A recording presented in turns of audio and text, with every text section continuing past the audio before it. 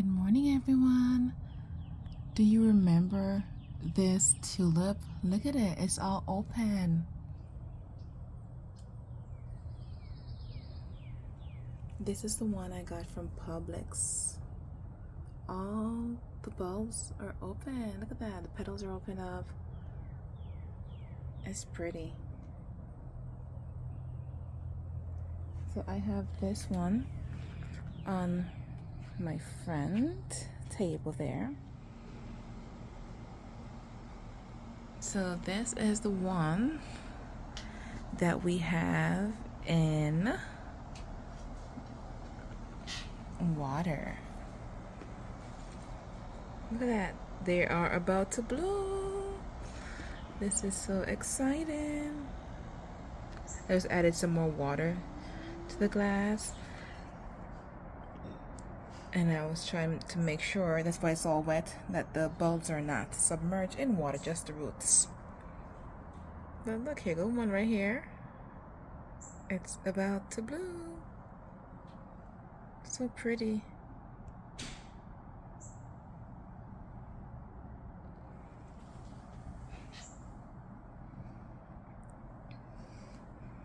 Wow. And in the ground, I also have the one that's blooming is the one from the glass. So these are actually this one, no, not from the glass, I'm sorry. This is the one that's on the table as well. This is the one that's from Publix. The one that's blooming and the one that's not blooming as yet is the one from the hurricane vase, which you can see the other ones on my back patio. Those are just about to open up. So this one is not yet opening up. So by this I can tell you, if you're in a warm climate like I am in zone 9 and above, and you're having problems pre-chilling the tulips and getting them to bloom and going through all that and put them in the fridge and make sure you don't put it with citrus and fruits and all those good stuff and chilling it for the right amount of time, or even having the squirrels come and dig up your bulbs, you can just get them from Publix when they're already green and plant them in the ground, and voila, you have tulips. So that's a warm weather hack you can do. Or you can do the old-fashioned way, pre-chill the bulbs, let them sit for 8 to 12 weeks, and then put them in the ground and excitedly check your garden every morning for the bulb growth. These are growing so fast. I plant them January 8th, and today is, what's today's date? Let's see. February 5th, so this is almost a month after they were planted. We have this much growth. And here go the other tulip here. We have some new growth still pushing through right there.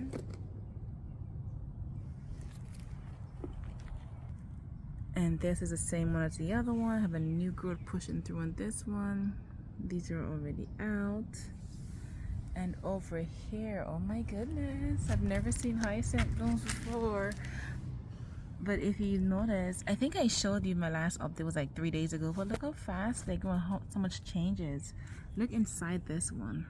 Isn't that awesome? Wow. That's what the inside looks like. That is so amazing. Here go another new one coming through, another new one coming through. And I think I see another new one peeping up there. Let's see if it is. It sure is. It's covered by the leaves. But there it is right there. But look at it. Oh, that's for my hyacinths. It's gonna be my first time successfully growing hyacinths and tulips. But this is amazing. I love this. Wow. I'm still like, wow, look at that. Look how it looks. So this is my first time seeing it, as well as the first time you guys are seeing it. What's that in there? So I guess the dirt splashed in there. If you look, my dirt is like a sandy soil. I'm just happy that they're growing in sand. That's pretty much what we have here in Florida, sand. So here's the bulb area.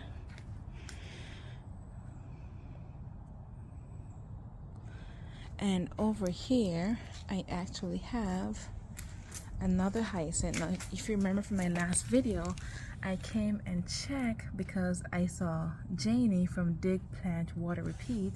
She mentioned that she had, but her hyacinth and tulips are coming back from the year before she didn't plant. And I'm like, let me check over here because this one never came up last year when I planted it. Granted, I planted it in April, so it never came up. So I'm going to keep an eye on this.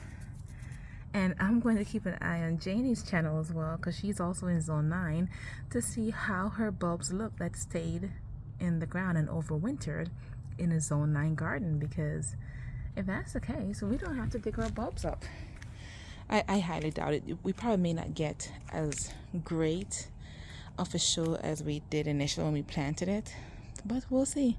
But that's exciting. So that's it for our bulbs. My daffodils that are right here, or that were planted late, are still sleeping. I have some more daffodils down here. Those are still sleeping. My Supertunia Vista that I planted a few days ago, those are coming in nicely. See, they have flowers. When I planted them, they were still green, but they have flowers. They're getting there. So yeah, that's the Supertunias. Now you have to water them every day, and the first few days I didn't water them because I thought it was going to rain, and it never rained. So they were not looking the best, so they got kind of a crummy start, but they're doing better. The flowers are coming out, and as soon as they started getting watered, all the flowers came out. I'm like, so sorry. But let's take a look at my hydrangeas. So these bloom on new and old wood. So this is my Endless Summer hydrangea. This is one of the ones you're not supposed to cut back. I actually got this one from Proven Winners. You're not supposed to cut it back because, as you see, if you cut it back, you're pretty much cutting off the buds that are going to be blooming on new wood. And funny enough, these have been blooming since I planted them. Even in December, if you look back at even my December garden tour, you will see there were buds coming out and blooms in December. So this has been pretty exciting. Oh, here goes the other one. This is the blue one. And I guess because of my soil pH, it's been pink. So I had some pink blooms, some blue blooms. So that happens depends on your soil's acidity. Oh my goodness. And oh my gosh, what's been digging in my garden? Just stay away from my bulbs. Whatever is digging, do not dig next to the bulbs. And if it's too acidic or too alkaline, then it changes color. Another shot at the bulbs. So pretty. Let's take a look at the Ranunculus. I still haven't planted my Supertunia Bordeaux as yet. They're supposed to go in that pot, but I cannot bring myself to take those beautiful cabbages out, so they're staying in there for a little while longer. I'm going to put some Bordeaux in there. Maybe put them all in there, who knows.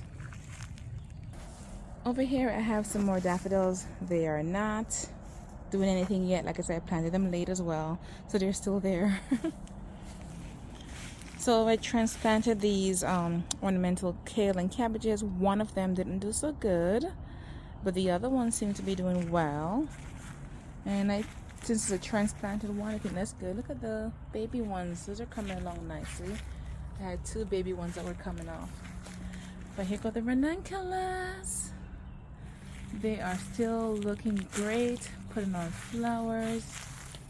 The ones in the pot are even looking better. They have a lot of, not flowers, leaves. I keep saying flowers. I'm excited for flowers, that's why. But look at all those leaves. It's a head full. So this one is actually purple and the other one is white. So I have to put a picture up. I forgot which one is purple, which one is white. But there go the Ranunculus. Someone asked me what these were. These are actually my my store-bought chrysanthemums, and they are coming back. Like, I cut them down. I was trying to get a second set of blooms from them. So these are very weird. So if you cut them back, you're supposed to get another set of blooms, which you do, but it's not as big as what you get from the store. So I'm going to eventually plant them in the ground, and I think you'll probably get like 3 good blooms on the season. You won't get a full set of blooms. You won't get the same thing as you bought at the store, pretty much, based on my experiment. If anyone else have something different, please comment below and let me know, and I'll be happy to try that. But here in Zone 9, we don't get another big set of blooms like we got from the big box store. Here go my hibiscus. Wow, look at all these. This is a lot. I didn't get this much last year. If you look, these canes are the ones I got last year. The year before was less. So each year I get way more cane. Look at that. It's like a whole forest. It's like a party of hibiscus. I'm excited for this. Whew. And I still haven't come in and mulched this area yet. I'm running out of time. But I think I will have some time though. I need to hurry before the rainy season gets here, because once it starts raining, that's not gonna be good.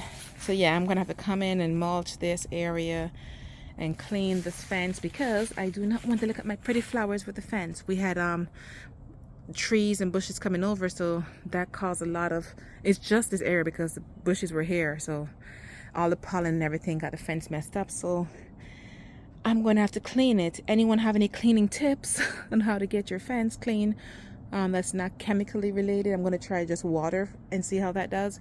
But if anyone have anything better, please comment below and let me know. But that's it for now.